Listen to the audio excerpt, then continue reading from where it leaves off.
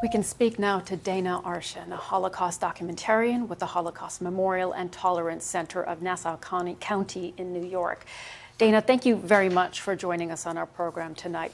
I know this was an attack in the UK, but how are Jewish institutions and communities here feeling after this attack on Yom Kippur? Sumi, thank you so much for having me. And I have to give you fair warning. You might hear some screaming at some point. I am actually hosting a huge breakfast meal right now. So breakfast is after a full day of fasting, no food, no drink for 24, 25 hours. We have this big meal where the family and friends come together and eat. So I have 1 million people downstairs, but I wanted to do this interview because I can't imagine a day like this, a day of atonement, the holiest day for us, and having to mourn or having to plan a burial. And what happened in Manchester could have been Manhattan. It could have been Tel Aviv. It could have been anywhere in the US. It could have been anywhere. And all of us Jews, we stand in solidarity. When one of us is killed, all of us feel that pain. Do you and Jewish communities here in the US feel safe? We do not feel safe. I'm going to tell you, I was sitting with one of my best friends at synagogue today, and she was saying how she should have been nicer to her husband this morning because a car could just slam through our synagogue at any time and kill her.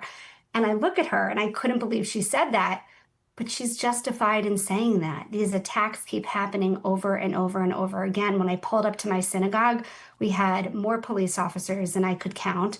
We had parked officers, we had officers on the ground, we had officers inside, officers outside. I never grew up with that. So the fact that all of this security needs to be there, it is so frightening, and it is very telling of the society that we live in right now. What do you think needs to be done to tackle anti-Semitism in the US, but also globally? You know, if I had the answer to this, I would be on a much larger platform right now, but I will tell you that I speak often. And the one thing I say to all my fellow Jews is that so many outside communities see us as insular and closed off, but we are so generous and we are so loving and we are such an amazing community. Start inviting non-Jewish people into your homes. Invite them for Shabbat dinner. Invite them to our gatherings, because we need to change stereotypes. We need people to understand who we are and our history as Jews. Also, we need more education. We always say that, but they are not learning enough in schools, and school districts are not doing enough to fight anti-Semitism. Yeah, I took a bunch of students on a field trip just this past Sunday. We went to the Anne Frank exhibit, which recently opened in New York City. And I asked my students who read Anne Frank. Now, the Diary of Anne Frank. A few of them raised their hand and said that they read it on their own, but not one of them said that it was mandated for them to read it in school. When I was a kid, when my husband was a kid, we all had to read the Diary of Anne Frank in 8th grade. So much is changing in the school districts. They are not educating. They are not teaching about the conflict that's happening in the Middle East the way that it should be taught. And they are not teaching about anti-Semitism and what hate can lead to.